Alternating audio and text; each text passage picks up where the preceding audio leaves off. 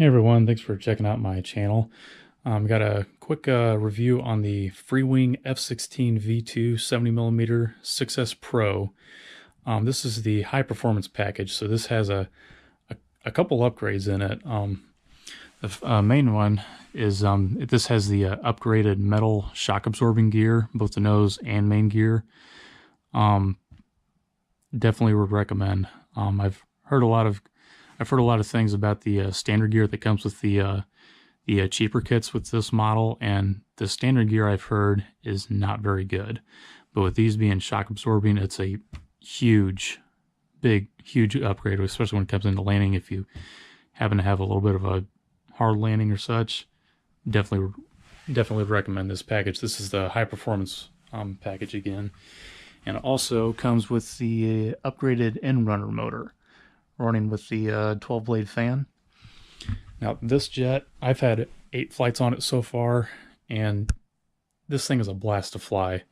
This is my first 6L powered jet, and I was nervous at first, but my prior jet experience, the two jets that I have the most experience with are the FJ2 Fury by E-Flight and the 64mm F-22 by Freewing.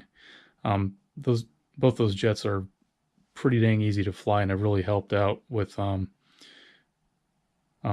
in more jet skills and experience. So, this is also my first jet that has retracts on it, so I'm really glad I don't have to worry about hand launching and belly landing anymore. So, but this thing, and here, I'll go and crack open the canopy real quick, and I'll show you what I have underneath. I am running the Spectrum AR636 receiver with AS3X. And I went ahead and I programmed that with this. I went ahead and programmed it with the new Spectrum receiver Bluetooth module, and this thing is really helpful. I tried doing this a long time ago with the USB cable into my computer, and I cannot figure out how to operate the software. So I just gave up on it. But since I got this jet, I wanted to put one of these receivers in. I've put these receivers in several other jets and haven't programmed them. I just had to kind of position it, figure out where the gyro was set to, and go on from there. But this one, I went ahead and I reset the receiver, and I started from the ground up with this thing, and I got the gyro working to some really soft, easy parameters, and it's working really good so far. And the batteries that I'm running on, the two main ones that I have, the other ones in there, of course, is a Roaring Top 6L 5800 35C batteries. These batteries rock. I am thoroughly impressed, and I would definitely recommend them. Now, don't let the lower C rating make you raise don't make it raise a red flag at all, because I've seen a buddy of mine in the club that I'm part of, he has the 80 mil L39, and he runs a 6250 milliamp Roaring Top, which is also 35C, and his jet performed phenomenal. It's a very oversized battery for that jet, but he came back down after turning and burning everything, and the battery was barely warm.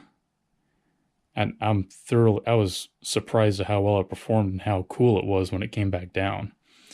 And so I decided, well, when I get into a jet like this, I'm definitely going to want to get more flight time and get batteries that are very reasonable. And so I went ahead and got these, and I've gotten a few cycles in them so far, and I've easily gotten 5 minutes so far on one of my 8 flights. I'm still kind of breaking in the battery, so I'm not extending out and just going pedal to the metal just quite yet. But there's one flight I got just about 5 minutes on, and I had about 50-something% left on the battery. Now, that was a mix of mostly throttle management, but I did have a few full power passes with it, and that was just about a 5-minute flight. So I can easily have these batteries going for about 6 to 7 minutes per flight. Of course, that's with throttle management too. So, but for a jet and that long of a flight time is just mind-blowing. It's really awesome compared to a lot of other jets out there, and even some older jets that just didn't quite have the power systems and the right battery setups to get them 3+ minutes. Like a lot of older jets, you'd be lucky to get 2.5 to 3 minutes of flight time on them. But I got this recommendation, this battery recommendation from another guy on EDF Jet Clubhouse on Facebook, and I'm really glad that I went with these. These things are incredible. And the other battery I have is a Pulse 6L 5500 45C. This one I came across at a swap meet. I was lucky enough to get it brand new in the box for $50. The one thing is the guy pointed out to me is that the sticker says 2016, and the box says June of 2017. So this battery could be either just about 2, just about 3 years old. I'm not quite sure what the exact manufacture date is, but either way, slightly old battery, but I got it brand new in the box for $50. And you try to find this brand new, this is a $150 battery. So I got a killer deal on it, and I'm really glad I bought it. Now, battery setup, you're going to want to, for batteries this size, like, okay, once you get to like 5,000 milliamp size and larger, make sure, if you have a jet like this, make sure you have the battery shoved all the way to the back and then strap it down. And it took me a few flights to figure out where I needed the elevator for level full power flight.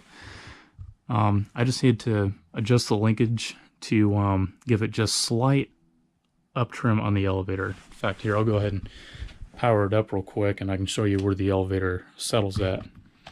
Stand by.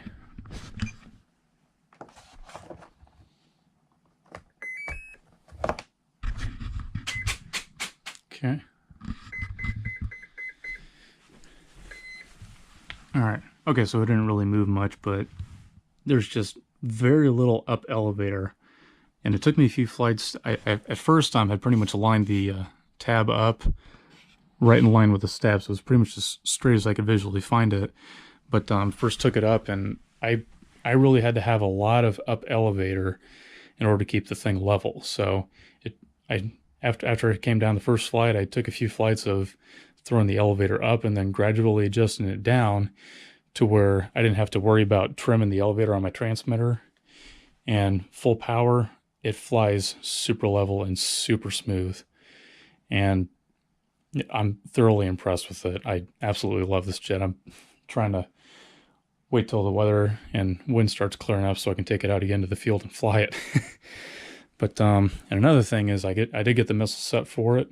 I have not flown with the missiles on yet. I'm going to do that further down the road after I get more flights and more confidence and experience with this jet before I decide to do that, especially when it comes to the landing, because I landed this thing perfectly fine eight times. There's a couple of them that are a little bumpy, but for the most part, I landed this thing just about as best as I could.